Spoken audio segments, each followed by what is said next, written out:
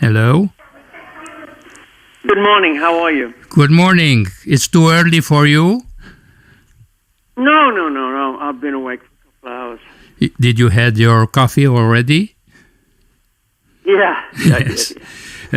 Mr. The Voice of Rock, I am very happy to hear you, and our Romanian listeners are waiting for you maybe next year with your new project. Oh, absolutely. You bet. Looking forward to seeing you again. I have a lot of questions from our friends, so I'll go on. Is it true that your name is after Glenn Miller? Yes, that is correct. I was named after the World War, American fighter in the World War, and my parents are big Glenn Miller fans, so I was named after him. That is the reason you learned to play trombone? That is correct. But you didn't like it? I mean, I liked it, but it was a time when the Beatles were starting to play, and it was a time for popular music. I'm a musician. I learned to read music when I was very young, but I figured the guitar was probably going to be a better thing for me to learn. That's why I'm very eager to know who's best for you, Glenn Hughes, the vocalist, the bass player, or the songwriter? Oh, it's 2 seconds. I've got someone at the door. It's Glenn Hughes. I think my vocals is very important. I think everybody knows about my bass playing, but it's my singing that you have some puppies there, yes? I have 5, yeah. 5 puppies. That's great. I'm glad to hear them. How did you start your first band? Pardon me? Your first band. Say that again, please. Your first band, how you did start it? My first band started when I was at school, and it was called the Hooker Lees, named after John Lee Hooker. And I was only 13, 14 years old, and I was very much into the blues music at the time. So me and my friends from school, we started this band, and it was the very first time I ever played on stage, and it's such a long time ago, but it was a really good moment for me. And is that true that you became a singer by accident because your friends, they pushed you in front? Yes, it was a complete accident. The singer had to go away on vacation with his family, and the band asked me if I would like to sing. I had never sung before, so I just thought it was an interesting situation for me to figure out if I could sing, and apparently it worked. So that was the start of it. And you liked it? I did. I liked it. I didn't think I was ever going to end up being a singer. I really did like singing, but I was more interested in playing guitar. And how did you become a member of Deep Purple? Do you remember? Yeah, they were following me for about a year. I didn't know they were actually looking for me to replace anybody. I didn't know the story of anyone leaving Deep Purple. Richie, John, and Ian were coming to see me play in New York and Los Angeles and in London, but I had no idea those guys were looking at me to join the band. I heard some rumors that some fans of theirs accused you, but it's not true because you came after Gillan left. No, God, no. I mean, I didn't. Listen, man, I didn't even know when Deep Purple were coming to see me play in Trapeze that they were thinking about asking me. I just thought they were my friends. I didn't know till the very last second that they were going to ask me to join. Gillan had already left the band when I joined, and then Roger, left afterwards. So, I had no idea. Really didn't, I know all this stuff because I listened to you even at the time being. How do you explain the differences between the three albums with Deep Purple? Okay. Say that again, please. How do you explain the differences between the three albums you had with Deep Purple? Because they are very different. Yeah, I mean, Burn was a classic rock masterpiece. It was like, David and I were new guys, and the friendship in the band when I joined the band was very strong. So we made a classic Deep Purple album. It was like Burn was a massive, massive album. And of course, when we were making Stormbringer, Richie didn't really have any material. He didn't come prepared. So the sound of the band changed because David and I had to write most of the music on that album. So it was something that we had to do because Richie, he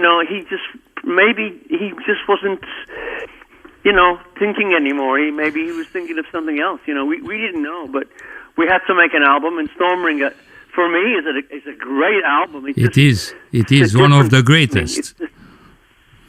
I mean, personally, I absolutely love Stormbringer because it's really deeply emotional. I think the songs are strong. I think it blended my voice and David's voice on that album is the best sounding of the three albums. I think it's a good blend in the vocals, So I was really happy with Stormbringer.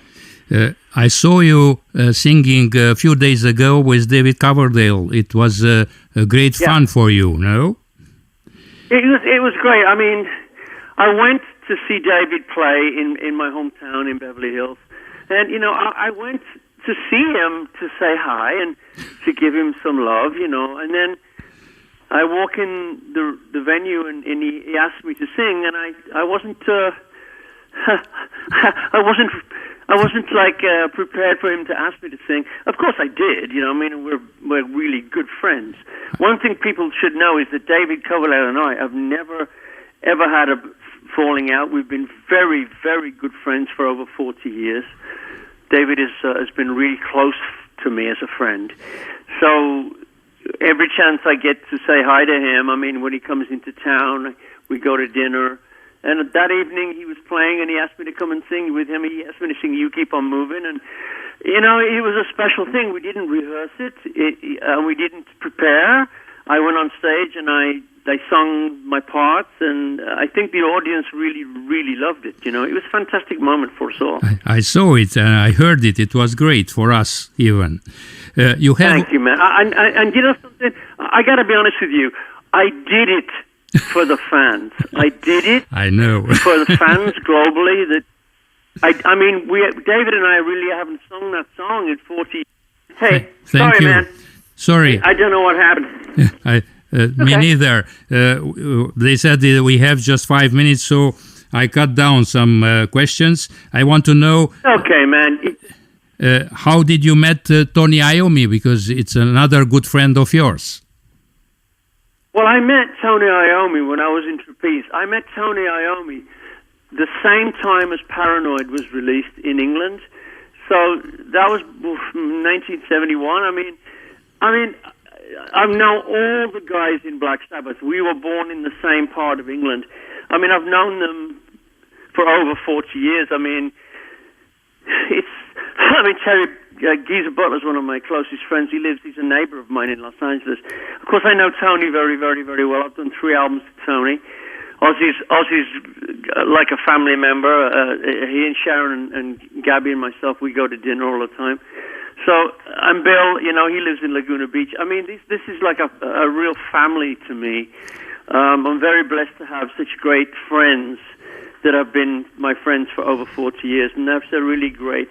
Tony Iommi, for me, is one of the nicest men, in not just in rock music. He's one of the nicest, kindest men we have on the planet, and I want to thank all of Sabbath fans for praying for Tony while he had cancer, and he's doing great. And hopefully one day Tony and I will make more music. I'm glad to hear it, and I want to know, is it really so hard to sing a song that it's Ozzy's song?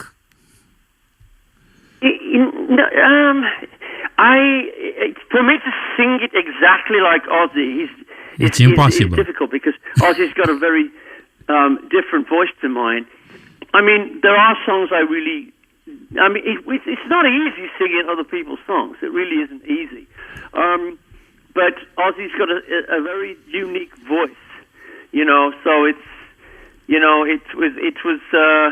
it's always been a difficult thing. Look, you know that I sing cover songs with White Shade of Pale or yes, things like that, so it's something I enjoy to do. But Sabbath for me was it was a little strange for me, but I do really love working with Tony. You have already 14 solo albums, and you still found some time to work with other people. You'd never sleep? Yes. I sleep, yes, I sleep.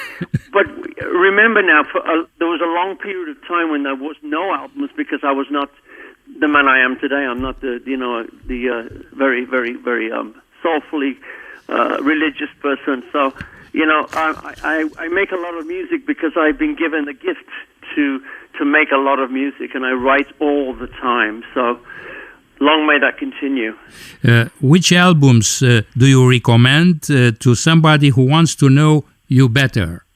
For young people from Romania. I think Soul Mover. Soul Mover, and? I think Soul Mover is an album that is a rock album but people will. It's a very, very intense. It's a very global sounding rock album for all new Glenn Hughes fans. I think it's an album that they will like. And does it bother you that some people in the rock field, they say that rock is dead? Well, rock is changed so much because there's no support. There's no money for promotion. There's no rock music in general will never die. It's just not as big as it used to be. Hip hop is bigger, and that stuff, and rap is bigger. So that's right. It's just the way it is, But rock music will always stay because rock fans are the greatest fans, and they are the most loyal fans. I really do love playing to my rock audiences around the world, and I hope to come to Romania next year. I'm really looking forward to it. We are waiting for you. Is it true that you answer always? In the springtime, my friend. Next spring. Oh, it's great. Is it true that you answer always on the Facebook yourself? Always.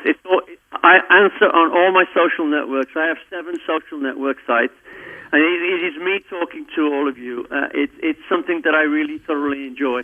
I spend a couple of hours every day talking to my fans, and I have a relationship with most of them. I mean, I really do enjoy the connection between them and myself. And one last question. Did you choose to sing the Alice Cooper tribute as Only Women Bleed, or somebody else did it? No, I didn't choose that. It came to me, the producers asked me to sing it. It was something a little different for me, so I did it. I always like to do things that are, if you know me at all, I like to do things a little different. I don't follow the path of other singers. I do things somewhat different. And after 42 years of being in United States, did you consider yourself as an American, or you're a British? Yes, I am an American. Yeah, I mean, with a British accent. I live my life. I live my life in America. I mean, it's where I belong. I love it here. Thank you very much, Mr. The Voice of Rock, and we are waiting for you in Romania. Thank you so much. Would you give my love to all my fans, and I will see you next year. God bless you all, and God keep you safe. Thank you. You're very welcome.